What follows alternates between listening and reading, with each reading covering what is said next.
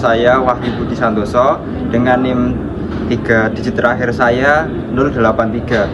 Perkenalkan, nama saya Sumiani Sinda Tamara dengan 3 digit NIM terakhir saya 093. Perkenalkan, nama saya Hanifah Amalia Soliha dengan 3 digit NIM terakhir saya 096. Perkenalkan, saya Dwinta Vina Rahmadeni dengan 3 digit NIM terakhir saya 100. Perkenalkan, nama saya Ahmad Ansori dengan 3 digit NIM terakhir saya 117. Di sini kami akan menjelaskan langkah-langkah dalam pembuatan media holospace. Yang pertama, siapkan alat dan bahan berupa kardus, cat akrilik hitam, akrilik, penggaris, pensil, cutter, lem, dan handphone.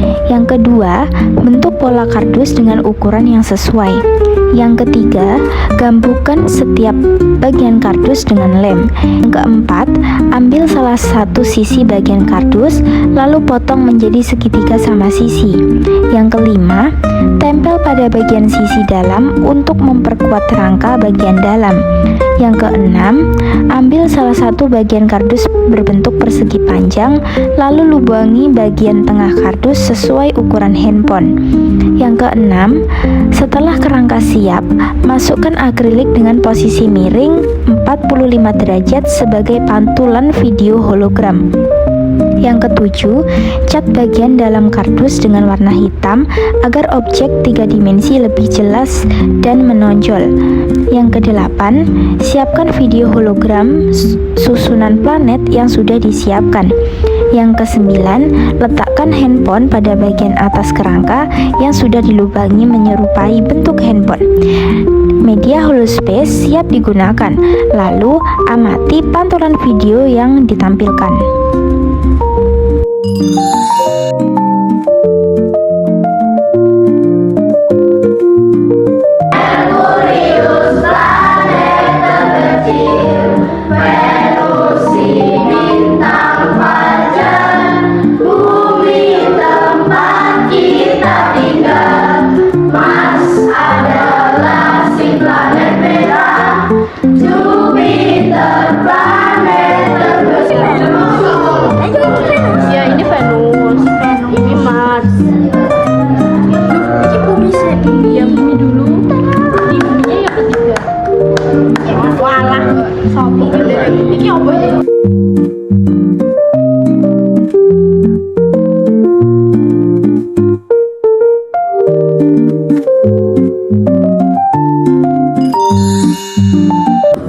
Pada kesempatan kali ini, kami akan menyampaikan materi mengenai salah satu media pembelajaran berbasis teknologi modern, yaitu berupa holospace.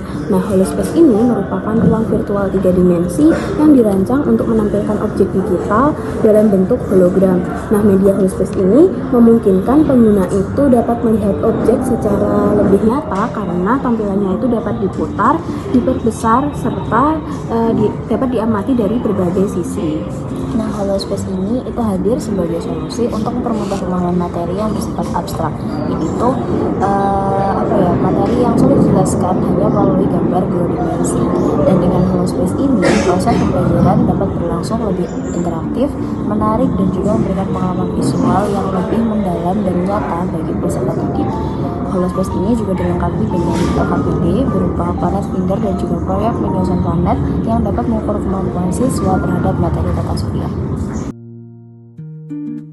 Nah, adapun alasan kami memilih media hologram atau holospace ini sebagai media pembelajaran yang diterapkan di SD.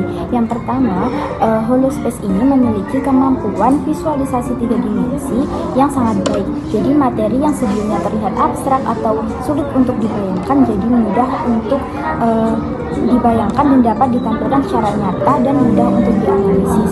Yang kedua, holospace ini mampu meningkatkan motivasi belajar siswa atau peserta didik. Nah, yang mana tampilan hologram yang secara menarik memberikan pengalaman belajar baru yang berbeda dari metode konvensional. Kemudian hal ini dapat mendorong siswa untuk lebih aktif bertanya, mengamati, dan berdiskusi. Lalu untuk alasan ketiga, Holospace ini dapat memberikan peluang bagi guru untuk menyampaikan materi secara lebih efektif.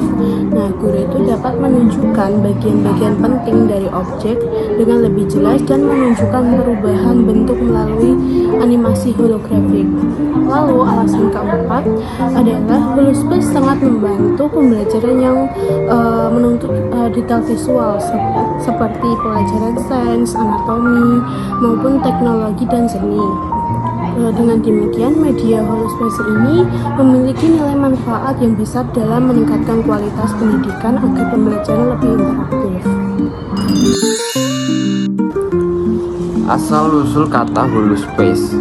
Nah, nama Holospace berasal dari dua kata, yaitu holo dan space. Holo merujuk pada kata hologram, yakni teknik memproyeksikan cahaya untuk menghasilkan gambar 3 dimensi. Sementara itu space berasal dari kata ruang. Jadi holospace itu adalah cara memproyeksikan cahaya menghasilkan gambar 3 dimensi dalam ruangan. Dalam seperti kota ini ada ruangan untuk menampilkan gambar 3 dimensi. Dalam proses pengembangannya, konsep holospace yang kami gunakan tidak hanya sekedar proyeksi hologram, tapi juga melibatkan ruang digital sebagai sumber medianya. Selanjutnya untuk menyiapkan kontennya, kami memanfaatkan beberapa platform, yaitu ada yang pertama ada Canva, digunakan untuk membuat desain visual, animasi sederhana, dan ilustrasi 3 dimensi. Dan yang kedua ada CapCut, digunakan untuk mengedit video, menambahkan efek, dan menyesuaikan tampilan agar cocok dan ditampilkan dalam format hologram. Dan yang ketiga ada YouTube, digunakan sebagai sumber video edukatif yang relevan sekaligus tempat mencari referensi tutorial pembuatan konten hologram. Penggabungan desain digital dari Canva, pengolahan video melalui CapCut, serta referensi visual di YouTube, inilah yang melahirkan istilah holospace, yaitu ruang visual holografik yang bersumber dari media digital.